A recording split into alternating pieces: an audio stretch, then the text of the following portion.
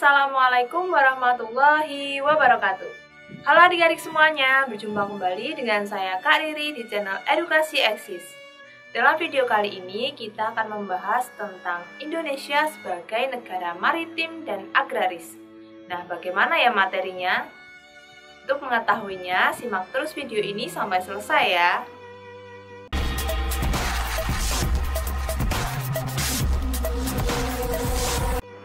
Wilayah Indonesia yang strategis membuat Indonesia menjadi negara yang memiliki kekayaan alam yang melimpah. Salah satunya yaitu memiliki wilayah perairan dan daratan yang terbentang dari Sabang sampai Merauke. Nah, kekayaan perairan di Indonesia sering disebut sebagai kekayaan maritim, sedangkan kekayaan daratan di Indonesia sering disebut dengan kekayaan agraris. Bagaimana ya perbedaan antara kedua kekayaan tersebut?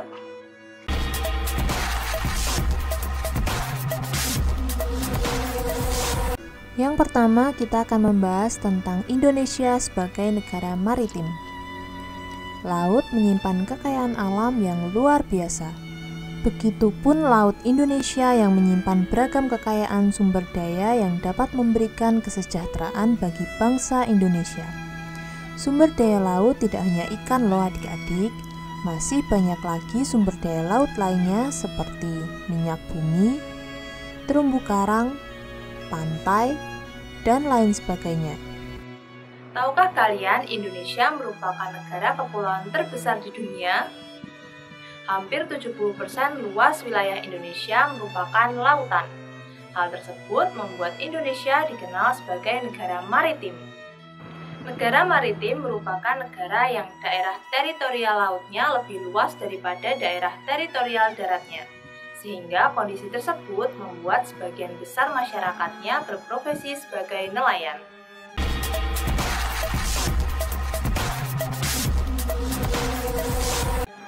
Selanjutnya, Indonesia sebagai negara agraris.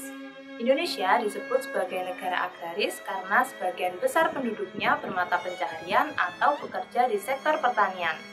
Letak geografis Indonesia yang strategis membuat Indonesia memiliki tanah yang subur, karena setiap tahunnya mendapatkan banyak sinar matahari dan curah hujan yang tinggi, sehingga sektor pertanian berperan penting dalam kesejahteraan masyarakat Indonesia. Untuk menunjang produksi pertanian, terdapat beberapa sistem pengairan di Indonesia. Antara lain, yang pertama, irigasi tradisional ember, yaitu irigasi yang memerlukan tenaga manusia paling banyak karena memakai ember untuk mengambil ke sawah. Yang kedua, irigasi lokal, yaitu irigasi dengan menggunakan pipa untuk mengairi lahan mulai dari lahan tertinggi menuju ke lahan terendah. Yang ketiga, irigasi pompa air, yaitu irigasi dengan menggunakan air sumur yang dinaikkan dengan pompa air kemudian dialirkan ke lahan menggunakan pipa air.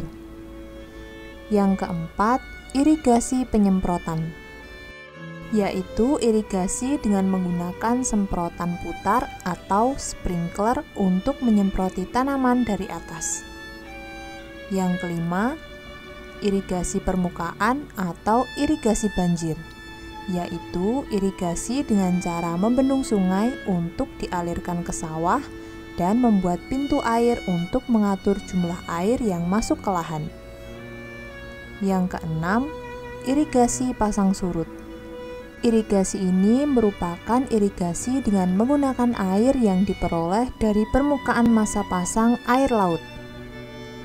Yang ketujuh, irigasi subak, yaitu irigasi yang memerlukan adanya bendungan air, parit, dan alat untuk mengalirkan air ke sawah. Subak merupakan sistem pengairan sawah yang berasal dari Bali.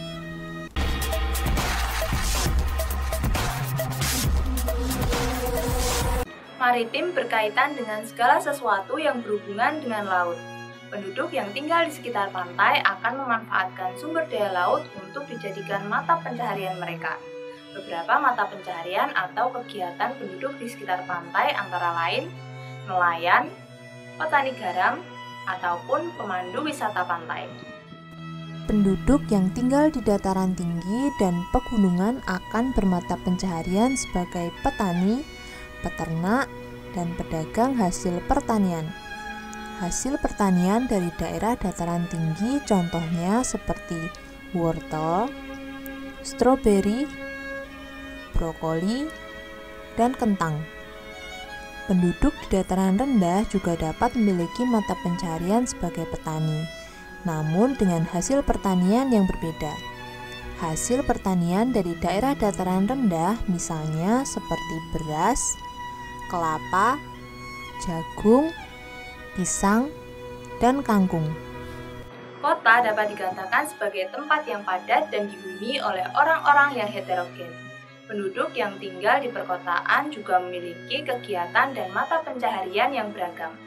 Beberapa mata pencaharian penduduk perkotaan antara lain karyawan kantor, guru, dokter, dan lain sebagainya.